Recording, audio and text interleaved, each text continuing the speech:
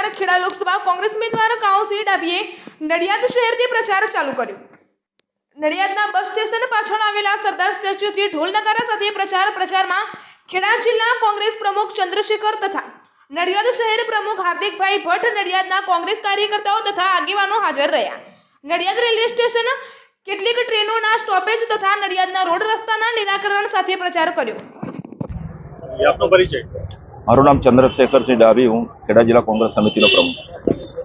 ચંદ્રશેખરભાઈ, આપ અત્યારે પ્રચાર અર્થે નીકળ્યા છો જે લોકસભાના ઉમેદવારને લઈને, ત્યારે ખાસ કયા મુદ્દાને લઈને આપ જનતા સમક્ષ જઈ રહ્યા છો? અરે, જ્યારે અમે અમારા આદરણીય ઉમેદવાર કાળુસિંહજીના પ્રચાર અર્થે આજે નડિયાદ શહેરમાં નડિયાદ શહેરના મધ્ય ભાગમાં અમે નીકળ્યા છે, ત્યારે આપ સૌ જાણો છો એમ આ દેશમાં સૌથી મોટા મુદ્દાઓ હોય તો બેરોજગારી ને મોંઘવારી છે, અને જે ભ્રષ્ટાચાર એ તો માજા મૂકી છે, એ તો આપ સમજો છો। એટલે આ મુદ્દા મહત્વના છે, અને ખાસ કરીને યુવાનોને રોજગારી, મહિલાઓને પણ જે રીતે એમનો ન્યાય મળવો જોઈએ એ મળતો નથી, ખેડૂતોને પણ જોયો એટલો લાભ મળ્યો નથી। અને જે કહેતી હતી કે આ કૃષિ પ્રધાન દેશ છે, એમાં ખેડૂતો અમારા જે કહેવાય એને સારામાં સારો મહત્તમ લાભ મળે, એને ભલે સૌથી વધારે માર પડ્યો તો ગ્રામ્ય જીવનમાં ખેડૂતોને માર પડ્યો છે। ત્યારે આ ભારતીય જનતા પાર્ટીની સરકાર તમામ ક્ષેત્રે નિષ્ફળ છે, ચાહે આરોગ્ય હોય, શિક્ષણ હોય, મહિલાઓનો પ્રશ્ન હોય, ખેડૂતોનો હોય, નાના ઉદ્યોગપતિના હોય। આજે અમે બજારમાં નીકળીએ છીએ ત્યારે એક જ વાત કરે છે કે સાહેબ, અમને આ વખતે બહુ જ તકલીફ છે। આ 10 વર્ષના ભારતીય જનતા પાર્ટીના કેન્દ્રના શાસનમાં અમને સૌથી વધારે તકલીફ પડી તો આ 10 વર્ષ રહ્યા, એટલે આ વખતે પ્રજાએ મન બનાવી દીધું છે, અને ઉત્સાહનું વાતાવરણ અત્યારે સમગ્ર નડિયાદ શહેરમાં પણ વાળ્યું।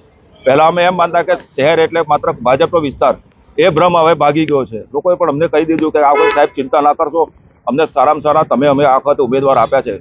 અરે, કાળુસિંહજી ઉમેદવાર એવા છે કે એમની સામે કોઈ પણ આક્ષેપ નથી, કોઈ ભ્રષ્ટાચારનો આક્ષેપ નથી, કે એમના કોઈ સામે કોઈ દાગ નથી લાગે, એવા સારામાં સારા ને પૂર્વ ધારાસભ્ય છે। અને આ જે અત્યાર સુધીના જિલ્લામાં જે 6 ધારાસભ્ય પૂર્વ હતા, એમાં સૌથી વિશેષ કામગીરી કરી હોય, સારામાં સારી, જે આંખે ઉડીને વળગીને હોય એવા અમારા કાળુસિંહજી છે। એટલે જનપ્રતિસાદ મળી રહ્યો છે, અને તમામ વર્ગો, અમે હમણાં જે વાતો કરે છે સત્યવાદ નહીં, અમારે તો કોંગ્રેસ પક્ષ બિન સાંપ્રદાયિક છે, દરેક પક્ષને દરેક લોકોને સાથે લઈને ચાલનારો પક્ષ છે। એટલે તમામ વર્ગો, ચાહે વણિક હોય, પાટીદાર હોય, ક્ષત્રિય હોય, SC ST, દરેક વર્ગ, એમાં દરેક આવી જાય છે। એને કોંગ્રેસની વિચારધારા એક જ, આપ સમજો છો કે સમગ્ર કોંગ્રેસની વિચારધારા એક જ એવી છે કે સમગ્ર દેશના લોકોને સાથે ચાલી રહી છે। ત્યારે આ વખતે મને ચોક્કસ ખાતરી છે કે લોકોએ મન બનાવી દીધું છે કે આ વખતે માત્ર કોંગ્રેસ જ કોંગ્રેસના ઉમેદવારને આ લોકો એમના જીતાડીને અમારો આ જે વિજય અભિયાનમાં સૌ ઉત્સાહભેર ભાગ લેશે એવી આપને અભ્યર્થના છે। અને બીજું, આપના માધ્યમથી આપને કહું છું કે દરેકને આપ કહેજો કે મતદાન ચોક્કસ કરજે, આપને જે યોગ્ય લાગે જે પક્ષને કરજો, પણ મતદાન કરવા જરૂર। આજે તમે પ્રચાર અર્થે નીકળ્યા છો, કેવો જનપ્રતિસાદ આપને મળી રહ્યો છે? અને ખૂબ બહુ સારો પ્રતિસાદ મળી રહ્યો। આપ સૌ જાણો છો ત્યાં ગઈકાલે 17 લોકસભાનું અમે નામાંકન કરી, અને આજે અમે અમારી 7 વિધાનસભાઓ પૈકી આજે અમારી નડિયાદની જે વિધાનસભા વિસ્તાર છે, તેમાં જે શહેરી વિસ્તાર છે, તેમાં જે અમદાવાદી બજાર છે, અમે અમારા કાર્યકરો સાથે ખૂબ ઉત્સાહથી, અને અમને તમામ વેપારી વર્ગ, સામાન્ય વર્ગ, રોજગારી આપતા લોકો હોય એવા સામાન્ય માણસો પણ અમને ખૂબ આવકારી રહ્યા છે, અને ખૂબ સારો પ્રતિસાદ મળી રહ્યો છે। શું કહેશો, આ ચૂંટણીમાં કેટલી લીડથી આપી? અરે, આ વખતે જો તમે આપ સૌ જાણો છો તેમ આ વખતે ખૂબ સારી લીડ મળવાની છે। આ બેઠક 14 વખત ચૂંટણી થઈ, એમાં 12 વખત અમે કોંગ્રેસ જીત્યા, ફક્ત 2 જ વખત ભાજપની આ બેઠક આવી છે ખેડાની, અને આ વખતે અમે 2 લાખની લીડથી આ બેઠક અમે જીતી લેવાના છીએ। અને ઇન્ડિયા ગઠબંધનની ગુજરાતમાં 12 થી 14 બેઠકો આવવાની છે, અને દેશમાં પણ ઇન્ડિયા ગઠબંધનની સરકાર બનવાની છે। જી હાર્દિકભાઈ, કોંગ્રેસના લોકસભાના ઉમેદવારને લઈને આ પ્રચાર અર્થે હાલ નડિયાદની ગલીઓમાં ફરી રહ્યા છો, કેવો પ્રતિસાદ મળી રહ્યો છે?